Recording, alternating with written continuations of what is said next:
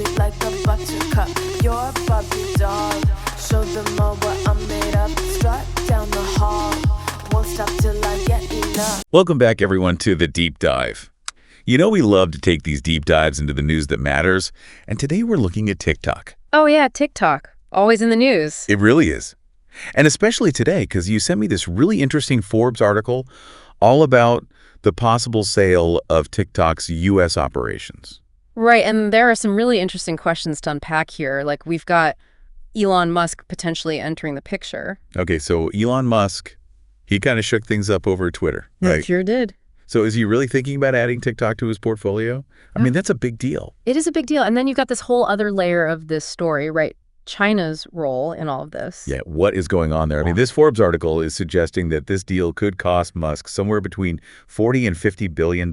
Yeah, that's billion with a B. That is an insane amount of money, even for, I mean, he is the world's richest person. He is. Still a lot of money. A lot of money. So let's get into this Forbes article. Can you give us a little summary of what's going on? Yeah, so Forbes is suggesting that Musk is interested in acquiring TikTok, and they're putting this potential price tag on it. Somewhere between 40 and 50 billion, like we said. A lot of money. So why? Why would he be interested? What does Forbes say? Well, they quote this Wedbush analyst, Dan Ives, who calls TikTok a golden asset, especially compared to X, formerly Twitter. So is this Dan Ives guy saying that TikTok is like way more valuable than Twitter was? It sounds like it. But the article, it doesn't really dig deep into why Ives thinks that. It mentions popularity, but I think to really understand why TikTok would be such a valuable thing to Musk, we need to look beyond just like how many people use it, Okay, so let's unpack that a bit. If it's not just about the number of users, yeah, what else makes TikTok so valuable? Well, one thing to think about is how Musk sees this in relation to Meta. Okay, Meta, the parent company of Facebook and Instagram. Got it. Right. So maybe he sees TikTok as a way to compete more directly with them. TikTok's algorithm is really powerful. Oh, yeah, I've heard about this. Yeah, it's been really, really successful at getting the attention of younger users. Oh, that makes sense. Which is a demographic that Facebook and Instagram have been struggling to reach. So it's not just about how many users, but who those users are. Like, who is TikTok attracting? And the potential to grow, to reach more of that specific audience. Right, exactly. And then there's how TikTok could work with X. Okay, X, formerly Twitter. Yep. So Musk has talked about wanting to make X into an everything app. An everything app. What does that mean? So incorporating all these different features like payments and messaging, that kind of thing. Interesting. Yeah, and TikTok's focus on short-form video content, it could fit really well into that. It could be a whole new way for people to make and watch content on X. Right, so you could have that short-form video alongside all these other things he's doing on X. Exactly. All those different pieces would fit together really well. It does make you think, is Musk just interested in buying the app itself, or is he interested in the algorithm behind it? Could he take that technology and put it into X? Oh, that's a good question and definitely a possibility. TikTok's algorithm is known for being so good at personalizing content. Right. It gives you the videos that you're most likely to watch. Exactly. And it's so good at it that it makes the app super engaging and, addictive. Yeah, that's one way to put it. Addictive. But that could be a huge advantage for X, right? As it's competing with all these other social media companies. Right, so it's almost like he could be buying the secret sauce. Kind of. So this is starting to make a lot of sense to me now. But I want to go back to something we touched on before. Musk's ties to China. Through Tesla. Yes, through Tesla. Okay, so how does that factor into all of this? Yeah, so it's interesting, right? Tesla gets a big chunk of its money from China. Oh, really? Yeah, and this Forbes article, it mentions that Musk has this strong relationship with the Chinese government. Okay, so how does that play into this whole TikTok thing? Could it be a good thing or a bad thing? It's tough to say. It could be both. Okay, both. Help me understand that. Well, so on the one hand, having these relationships in China, it could be a good thing for Musk because it might help him navigate all the complicated rules and regulations surrounding this deal. Right, because there's been a lot of talk about data security and who owns TikTok and all that. Exactly. But on the other hand, being so close with China could be a problem. It could raise red flags for U.S. regulators who are already are we sure we trust China with all this data? Right, because they might not be super happy about putting this major platform, which has tons and tons of user data, under the control of someone who's close to the Chinese government. It's a tough situation. Yeah, this is starting to feel like a really high-stakes game of chess. It really is. And speaking of high stakes, we can't forget about this other really important player, the U.S. government. Right. They've been pushing for ByteDance, TikTok's parent company, to sell its U.S. operations. Right. Yeah, exactly, because of all those security concerns we were just talking about. So it's not just Elon Musk making moves here. So where does that leave TikTok? Do they have any other options besides selling to Musk? They do. The Forbes article mentions this thing called Project Liberty. It's led by this guy, Frank McCourt, who used to own the LA Dodgers. Oh, wow, interesting. So what's their deal? Well, they've also put in a bid for TikTok's U.S. operations, and they're really emphasizing how they would make sure TikTok operates in a way that prioritizes like American values and data security. So they're kind of presenting themselves as the good guys, the ones who will protect America's interests. Yeah, I mean, their bid is reportedly lower than what Musk is offering. Also, maybe money talks. Right, but they are really making a point of saying, hey, we're the ones who are taking these security concerns seriously. We're the ones who are going to protect your data. Okay, so it's like we've got these two totally different paths here. Musk on the one hand, Right. and this Project Liberty group with their focus on security on the other. And at this point, we don't really know which way it's going to go. It's all just speculation at this point. Okay, so we've got Musk, this other group, and the U.S. government pushing for a sale. What does TikTok itself have to say about all this? So it's pretty interesting, actually. A TikTok spokesperson actually denied all the rumors about the sale to Musk. Really? Yeah, they called it pure fiction. Wow, pure fiction. Mm-hmm. So are they just trying to downplay things, or is there something else going on here? It's hard to know for sure. Yeah. Maybe the reports are just premature. Or maybe the deal is just in, like, the really early stages, you know? It's also possible that TikTok is trying to buy some time to look at different options. It's like adding another piece to this already crazy puzzle. Exactly. We've got Musk and his connection to China and this other group, and then TikTok denying everything. So much to unpack. Yeah. But before we go any further, I'm curious, what's standing out to you so far? What are your initial thoughts? Well, honestly, my first thought is, what would a TikTok owned by Elon Musk even look like? That's a good question. I mean, especially after how he's handled Twitter. Would we see the same kind of changes at TikTok? Would he change how they moderate content? Would he mess with the algorithm, the features? Like, what would he do? That's a great question.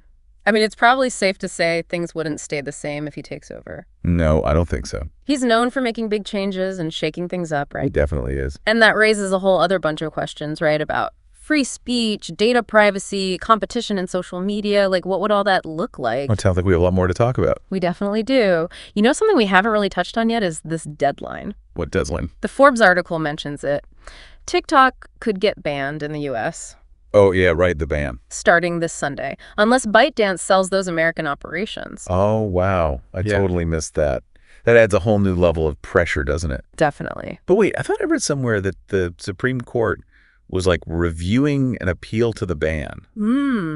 And isn't the new president supposed to take office on Monday? Yeah. So wouldn't he maybe extend the deadline? You're right. There is a lot of uncertainty around the ban itself. The new president, he has expressed some reservations about it, you know, a full ban in the past. So yeah, his decision on that deadline could really change things. So it's kind of like a race against time for TikTok and everyone else involved. It is. And it's important to remember just how big TikTok is. This isn't some tiny little platform. Right, it's huge. The Pew Research Center actually found that a third of Americans use it, Wow, a third. even more than X. That's wild. Yeah. It's huge. So that's a lot of people who would be affected by this ban.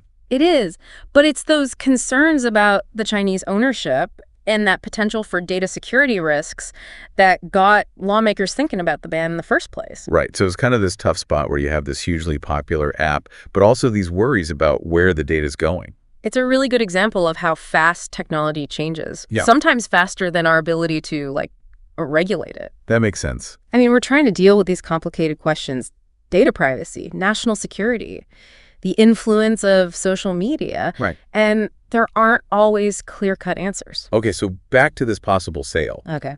Forbes mentioned Musk might be ready to spend $40-50 billion. Even compared to what he paid for Twitter, that's a crazy amount of money. It is. And remember, we have Project Liberty's bid too, Oh, yeah. which was around $20 billion. just last week. So that's a pretty big difference, like what they think TikTok is worth. Yeah, it really is. It makes you think, what does Musk see that everyone else is missing? Or maybe he's just got so much money he doesn't care. I think it's really important to remember that the Forbes article, it's based on speculation and analysis, Right. not like solid facts. So we don't actually know if Musk is really interested or if those numbers are even right. Maybe he does see something that others don't, or maybe it's all strategic, just shake up the market. It's hard to know for sure. Yeah. I guess we just have to wait and see. But even the possibility is pretty exciting, right? Yeah. I mean, what if Musk actually gets TikTok? It would be huge. It Yeah. would completely change things in social media. Totally. And knowing Musk and how he likes to make big changes, TikTok wouldn't stay the same under his leadership. Not at all. Not at all. Okay, so we've talked a lot about Musk and the U.S. government, but what about ByteDance, Right. TikTok's parent company? What do they think about all of this? I mean, they're kind of stuck, right? Yeah. They've got the U.S. government saying, hey, you got to sell, but then they also have to answer to their investors and their employees. It's a tough spot to be in. Totally. It's like a balancing act. Mhm. They have this super successful app, millions of users, but then they're dealing with all this global politics and this possible ban. Yeah, it really shows how connected technology is to global affairs and politics. There are so many perspectives and competing interests. And speaking of different perspectives, I want to get your take on the whole data security issue. It's been a big concern, right? Some people are worried about the Chinese government getting access to user data. It's a totally valid concern, and people have been debating this for a long time. And yeah, TikTok collects a lot of user data, They do? like most social media companies. But the big question is, could the Chinese government access that data? And if so, how? Right, because TikTok says they don't share data with the Chinese government. Right. But some people are like, I'm not so sure about that. Yeah, it's understandable that some people are, a little suspicious, especially with everything going on between the U.S. and China right now. And technology is often right at the center of it all. It's true. It's a good reminder that technology isn't neutral. It can be used for good things or bad things, and it's shaped by all these forces, political forces, economic forces. But how does that tie back to Musk and this potential acquisition? Well, think about Musk's history at Twitter. His approach to content moderation and free speech. Which has been a little controversial. It has, and it's made some people wonder, what would he do with data and privacy at TikTok? It's true. He's definitely raised some eyebrows. Yeah. Some people think he's a genius. Others are a little more skeptical. Yeah, his leadership style is definitely unique. Unique is one way to put it. He makes changes really fast, sometimes without warning, and he's not afraid to get into, Twitter fights or say things that are provocative. Yeah, some people might say he's unpredictable, even a loose cannon. But if he gets TikTok, it's going to be a wild ride. Before we go too far down that road, though, let's just recap what we know for sure right now. Okay, so what do we know? We've got this Forbes article saying that Musk might be interested in buying TikTok's U.S. operations, maybe spending $40 to $50 billion. We've got this deadline looming for ByteDance, and then this other bid from Project Liberty. And of course, we have TikTok saying, nope, none of this is true. It's complicated. Well, it's a lot of unknowns. But by looking at all the information and different viewpoints, we can start to understand what's really going on. Exactly, and that's what we try to do in these deep dives. Yeah. Encourage curiosity, prompt some critical thinking, and hopefully help you navigate this crazy digital world. Absolutely. So before we move on to the last part, I want to talk about something else that's really interesting. The cultural impact of TikTok. Okay. It's become a real cultural force, especially with younger people. You're right, it's not just another social media platform. It's not. It's like where trends are born, music is discovered, people express themselves. It's really powerful. Really powerful. So what happens when a platform that's so connected to young people gets caught in these political power struggles? It makes me think about the effects on how young people use and experience the app. It's a question worth thinking about. The impact of this potential acquisition, it goes way beyond just the business side of things. It could reshape a huge part of our digital culture. Right, and that's why it's so important to understand all of this. We're not just talking about money or tech. We're talking about how we communicate, how we connect with each other, how we express ourselves online. We've covered a lot of ground already. I think it's time we move on to the last part of our deep dive and explore what this could mean for the future of TikTok and social media in general.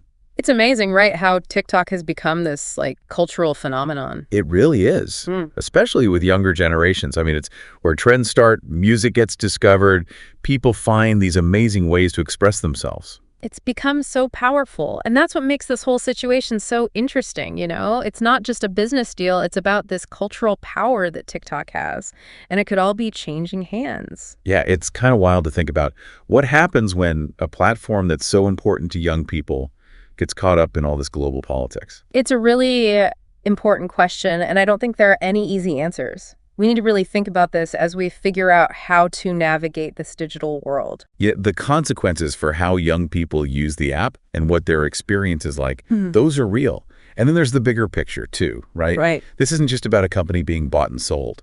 It's about how we talk to each other online, how we connect, how we express ourselves. All of that could change. Exactly. And that's why we do this show, you know, to help people understand all these complicated issues and see the different sides of things. We want to help you think critically about all the stuff that's shaping our world. Knowledge is power. Yeah. That's what we believe.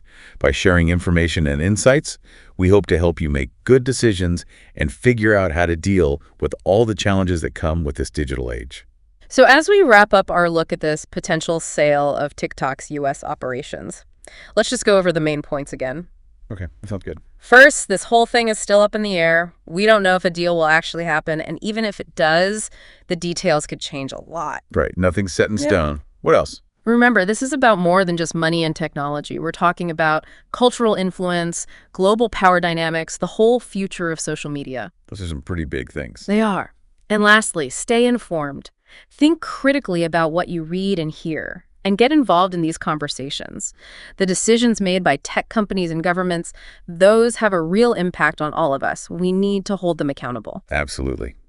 This has been a super interesting deep dive. I have a lot to think about now.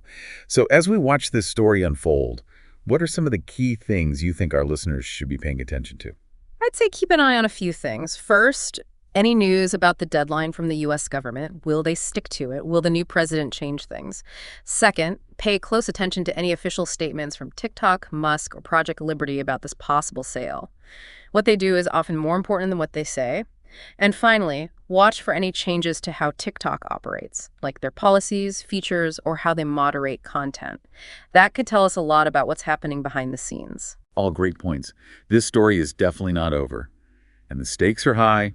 We'll keep you updated as things develop. And remember, the future of the digital world is being shaped right now. Your voice matters.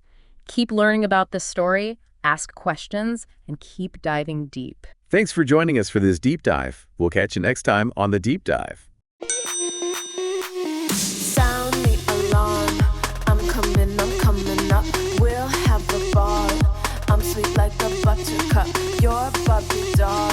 Show them all what I'm made of. Strut down the hall. Won't stop till I